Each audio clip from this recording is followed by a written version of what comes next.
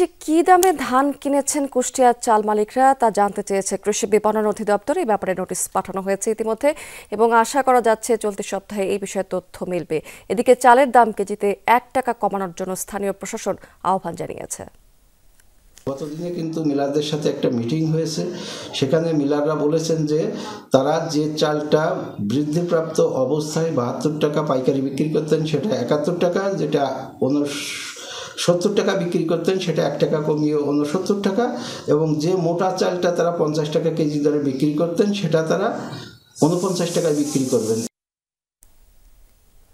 দর্শক, চালের বাজার পরিস্থিতি জানতে আমরা একটু যেতে চাই কুষ্টিয়াতে। সেখান থেকে যুক্ত আছেন আমাদের সহকর্মী রুহুল আমিন বাবু। বাবু, ধানের তো ভরা মৌসুম, তারপরেও চালের দাম বাড়ছে, এর কারণ কি আসলে, এবং এই দাম বাড়ার আসলে কোন যৌক্তিকতা খুঁজে পাচ্ছেন ব্যবসায়ীরা, একটু জানাবেন আমাদেরকে।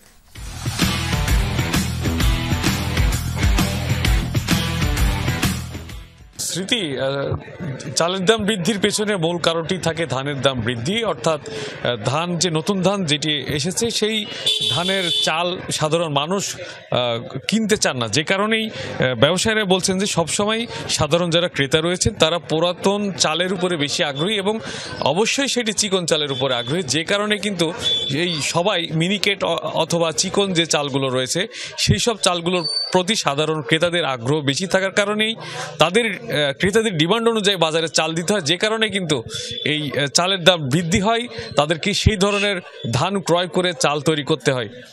চালের দাম বৃদ্ধির পেছনের মূল কারণটি মিলাররা বারবারই আমাদেরকে জানিয়েছেন যে তারা ধান বেশি দামে ক্রয় করতে হচ্ছে।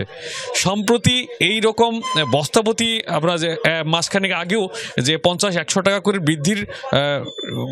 বৃদ্ধি হয়েছিল, তার প্রেক্ষিতে কিন্তু চালের বাজারটি মোটামুটি বেশি দিকে যাচ্ছিল। হঠাৎ করে এই জেলা প্রশাসক কয়েকদিন আগে চালকল মালিক সমিতির যারা রয়েছেন তাদের সঙ্গে মিটিংয়ে বসেন এবং গতকালকেও মিটিং হয়েছে, সেখানে কৃষি বিপণন কর্মকর্তা এবং জেলা প্রশাসনের সবাই উপস্থিত থেকে মিলারদের সঙ্গে তারা বসে একটি সিদ্ধান্ত নিয়েছেন যে সব ধরনের চালের উপরে কেজি প্রতি 1 টাকা করে কমানোর সিদ্ধান্ত নিয়েছেন এবং এটি আগামী 15 দিন বলবৎ থাকবে এই বিষয়টি। এবং যারা মিলাররা যারা বলছেন যে চালের ধান বেশি দামে ক্রয় করতে হয়েছে, তারা কোথা থেকে কত বেশি দামে ক্রয় করেছেন সেই বিষয়টি দেখার জন্য কিন্তু কৃষি বিপণন এবং জেলা প্রশাসনের পক্ষ থেকে তাদেরকে নোটিশ করা হয়েছে, সেটি জানাবে এবং 15 দিন পরে আবার সিদ্ধান্ত হবে চালের দাম মার্কেট অবস্থা বিবেচনা করে কমবে না বাড়বে। স্মৃতি, নিশ্চয়ই এই ব্যাপারে এক ধরনের তদারকি আসলে হওয়া প্রয়োজন। অনেক ধন্যবাদ বাবু আপনাকে।